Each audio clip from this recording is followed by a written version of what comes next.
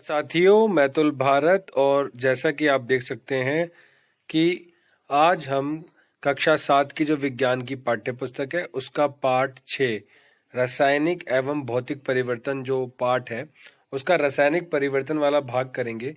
इससे पहले हमने भौतिक परिवर्तन का जो भाग है ये हम कर चुके हैं और इसकी जो वीडियो है आपको चैनल पे मिल जाएगी और उसका लिंक भी आपको डिस्क्रिप्शन बॉक्स में मिल जाएगा। तो बिना समय व्यर्थ करे हम लोग शुरू करते हैं कि रासायनिक परिवर्तन। वैसे में रासायनिक परिवर्तन का भी पढ़ा रखा है आपको कि लोहे में जंग लगना एक ऐसा परिवर्तन है जिससे आप भली भांति परिचित हैं। ये एक रासायनिक परिवर्तन ही होता है ना। तो किस प्रकार से वस्तुओं में परिवर्तन आता है, वो रासायनिक रूप से या भौतिक रूप से। भौतिक में आपको हमने बताया था कि भौतिक में जो चीजें होती हैं, पदार्थ के आकार, आमाप, रंग, अवस्था से गुण उसके भौतिक गुण कहलाते हैं। वह परिवर्तन जिसमें किसी पदार्थ के भौतिक गुणों में परिवर्तन हो जाता है भौतिक परिवर्तन कहलाता है। और भौतिक परिवर्तन सामान्यतः उत्क्रमणीय होता है। ऐसे परिवर्तन कोई नया पदार्थ नहीं बनता है। और अब हम दूसरे परिवर्तन के बारे में पढ़ेंगे जिसमें हम रासायनिक परिवर्तन के बारे में पढ़ेंगे।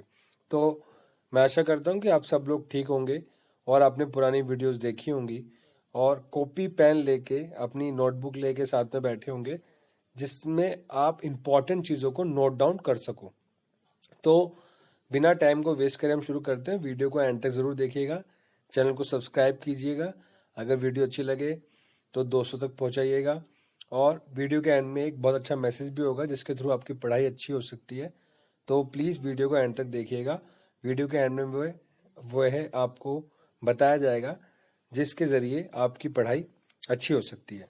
तो लोहे में जंग लगना एक ऐसा परिवर्तन है जिससे आप भली भांति परिचित है। यदि आप लोहे के टुकड़े को कुछ दिनों के लिए खुले में छोड़ दें तो इस पर भूरे रंग के पदार्थ की परत जम जाती है। ये पदार्थ जंग कहलाता है और ये प्रक्रम जंग लगना कहलाता है। मतलब जो भूरे रंग का आपने देखा होगा, यहाँ पे देखिए, यहाँ पे दिख भी रहा है। ऐसे मतलब बहुत से लोग क्या होता है कि छत पे कोई चीज छोड़ देते हैं, कुर्सी वगैरह या कोई चीज लोहे की खुले में छोड़ देते हैं जिसपे बाद में वह भूरा भूरा जंग लगने लग जाता है उसमें। तो वह जो जंग होता है उसे जंग लगना कहलाता है।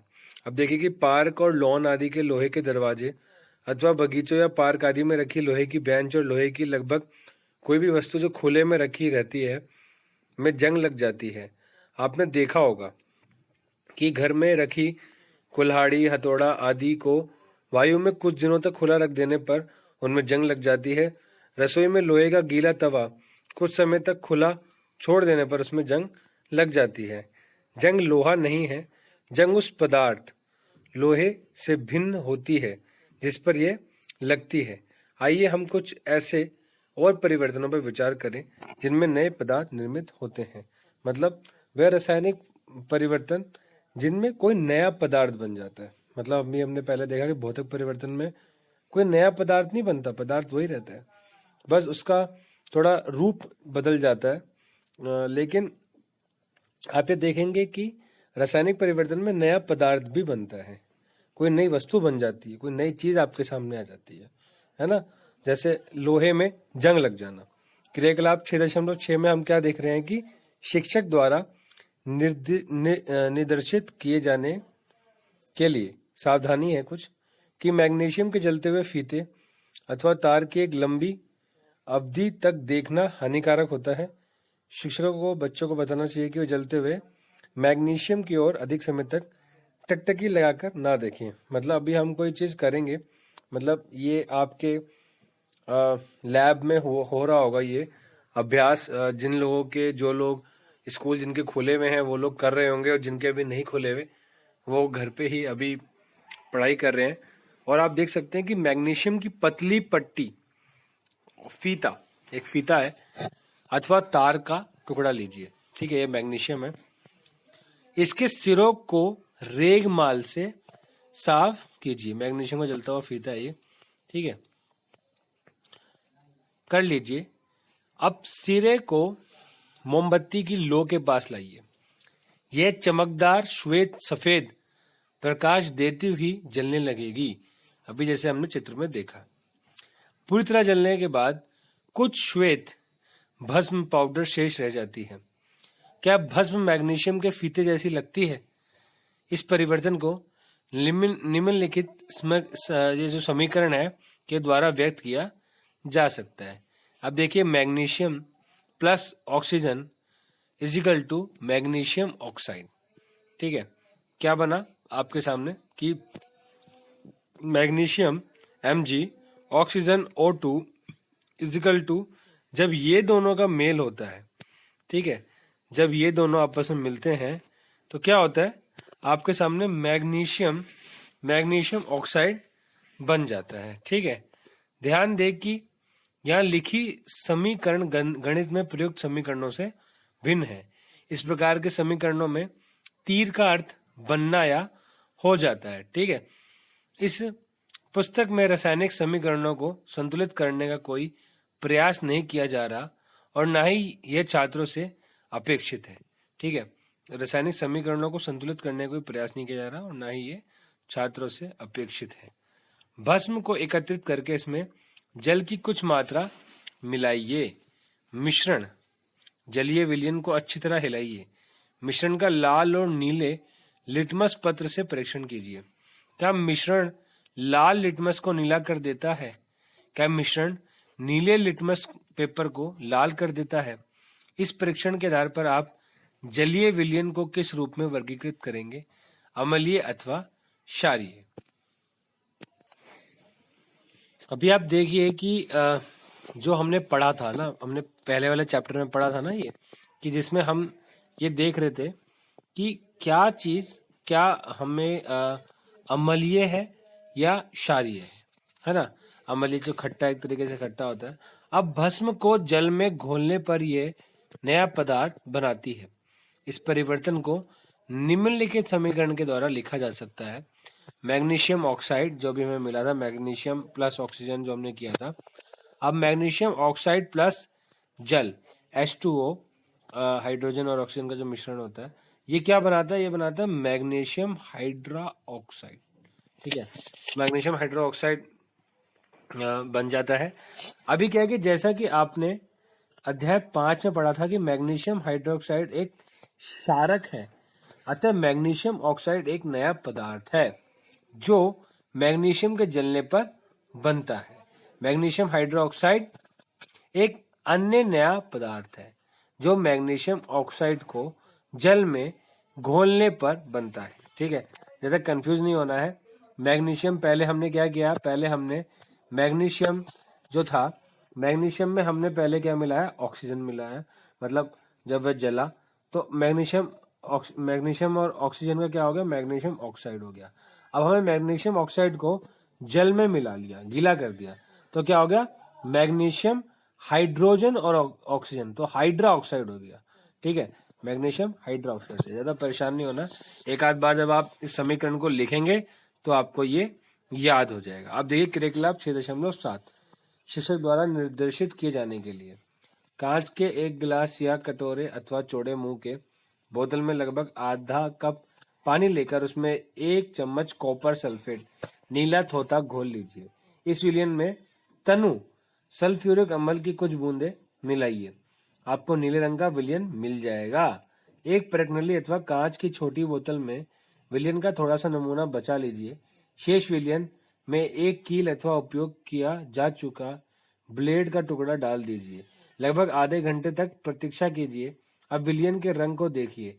इसकी जो तुलना है, तुलना अलग से बचाए गए नमूने वाले विलयन के रंग से कीजिए। ठीक है, चित्र 6.4 में देखिए, ये क्या है? ये है कॉपर सल्फेट विलयन है और ये हो गया आयरन सल्फेट, हल्का हरा हो गया। ठीक है, जिसमें ब्लेड पड़ा हुआ है। अब देखिए, लोहे के साथ अभिक्रिया के कारण कॉपर सल्फेट विलयन के रंग में क्या हो गया? परिवर्तन हो गया। जो नीला था वह क्या हो गया? वह हरा हो गया। ठीक है, ब्लेड या हमने कोई कील का टुकड़ा डाला था, ब्लेड की जगह कील भी डाल सकते हैं। ठीक है, अभी क्या आपको विलयन के रंग में कोई परिवर्तन दिखाई देता है? कील अथवा ब्लेड को बाहर निकाल लीजिए। क्या इसमें कोई परिवर्तन दिखाई देता है?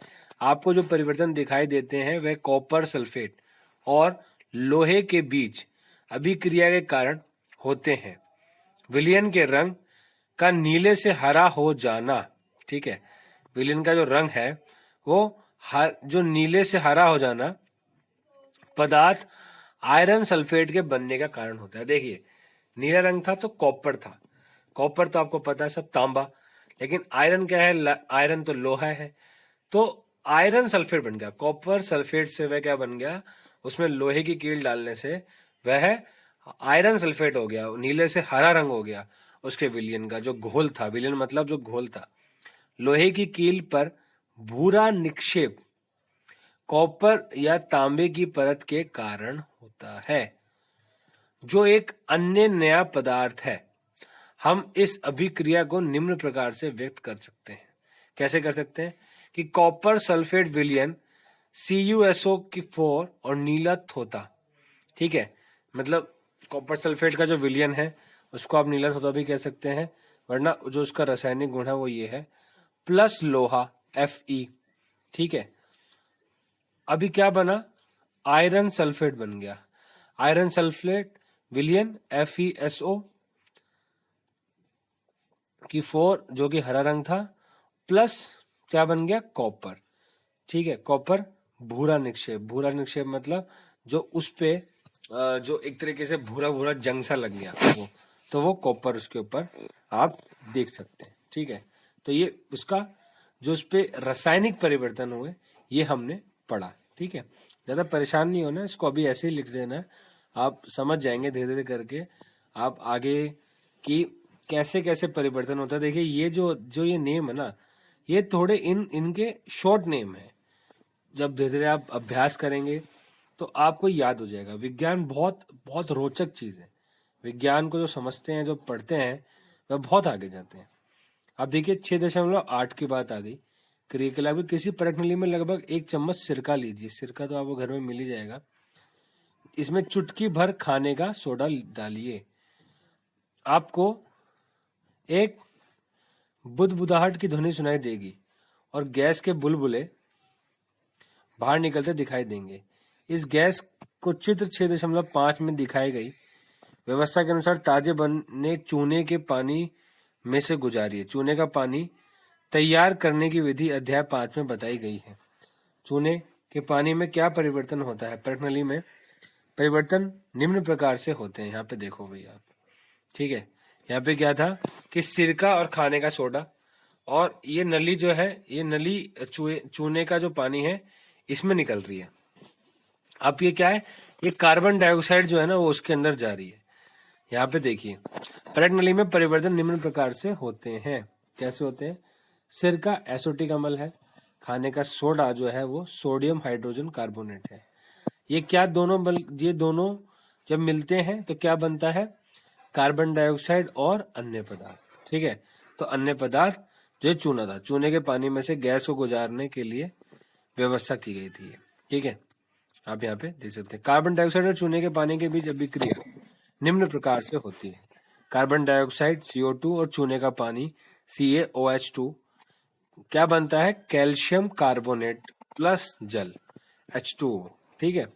तो ये बन जाता है, ठीक है।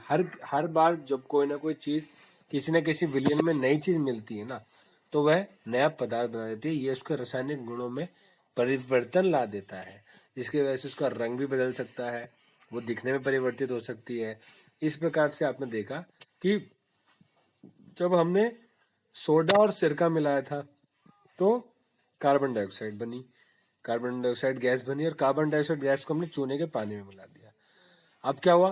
कार्बन डाइऑक्साइड गैस और चूने का पानी, ठीक है, ये दोनों जो आपके सामने दिख रहा है, जब ये दोनों मिले तो क्या बना? कैल्शियम कार्बोनेट प्लस जल H2, ठीक है।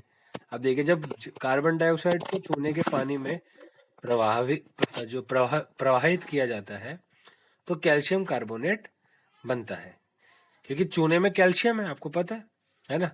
और क्या कहते हैं, आप देखेंगे कि कैल्शियम कार्बोनेट इसलिए बना क्योंकि कार्बन डाइऑक्साइड और कैल्शियम, चूने में कैल्शियम है तो कैल्शियम कार्बोनेट बन गया।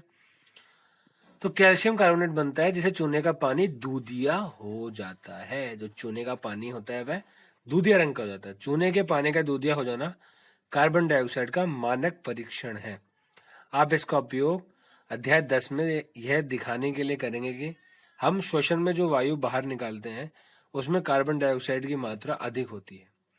क्रियाकलाप 6.6 से 6.8 में आपने देखा कि प्रत्येक परिवर्तन में एक या अधिक नए पदार्थ बने थे। क्रियाकलाप 6.6 में मैग्नीशियम की वायु की उपस्थिति में जलाने पर बनने वाली भस्म एक नया पदार्थ थी। क्रियाकलाप 6.7 में कॉपर सल्फेट की लोहे के साथ अभिक्रिया में आयरन सल्फेट और कॉपर बने थे। ये दोनों नए पदार्थ थे। कॉपर लोहे, कॉपर मतलब तांबा, लोहा मतलब जो लोहा आयरन होता है, लोहे के ब्लेड पर निक्षेपित हो गया था, है ना। ये हमने देखा था कि जो कॉपर था, मतलब जो कॉपर था, तांबा था, वह लोहे के ब्लेड पर आ गया था। जब हमने क्या था, जो नीला तोता जो विलियन था उसके अंदर जब हमने डाला था कॉपर सल्फेट के अंदर, जब हमने लोहे की वो डालती था, वो आयरन सल्फेट बन गया था और आयरन सल्फेट के साथ साथ उसके ऊपर कॉपर भी आ गया था। क्रियाकलाप 6.8 में सिरका और खाने के सोडे की अभिक्रिया से कार्बन डाइऑक्साइड बनी थी और हमने चूने के पानी को दूधिया कर दिया था, अभी हमने जो बताया। क्या आप इस अभिक्रिया में बनने वाले नए पदार्थ का नाम बता सकते हैं? यह परिवर्तन जिसमें एक अथवा एक से अधिक नए पदार्थ बनते हैं रासायनिक परिवर्तन कहलाता है। रासायनिक परिवर्तन को रासायनिक अभिक्रिया भी कहते हैं। रासायनिक परिवर्तन हमारे जीवन में अत्यधिक महत्वपूर्ण है, बहुत जरूरी है। ये सभी नए पदार्थ रासायनिक परिवर्तनों के परिणाम स्वरूप ही बनते हैं। जो भी कोई नया पदार्थ बनता है, किसी पदार्थ में किसी पदार्थ को मिला के, वह रासायनिक परिवर्तनों के कारण बनता है। उदाहरण के लिए भोजन का पाचन, फलों का पकना, अंगूरों का किण्वन आदि विभिन्न रासायनिक परिवर्तनों के कारण होता है। औषधि भी रासायनिक अभिक्रियाओं की श्रृंखला का अंत्योत्पाद होती है। उपयोगी नए पदार्थ जैसे प्लास्टिक और अपमार्जकों, डिटर्जेंट्स, जो डिटर्जेंट पाउडर होते हैं, को रासायनिक अभिक्रिया द्वारा ही बनाया जाता है। वास्तव में प्रत्येक नए पदार्थ की खोज रासायनिक परिवर्तनों का अध्ययन करके ही की गई है। हमने देखा कि रासायनिक परिवर्तन में एक या एक से अधिक नए पदार्थ निर्मित होते हैं। नए उत्पादों या पदार्थों के अतिरिक्त रासायनिक परिवर्तन में निम्न घटनाएं भी हो सकती है। ऊष्मा मतलब गर्मी, प्रकाश मतलब रोशनी, अथवा किसी अन्य प्रकार के विकिरण, उदाहरण के लिए पराबैंगनी का निर्मुक्त बाहर निकलना अथवा उनका अवशोषित हो जाना, मतलब वो ग्रहण कर लेना।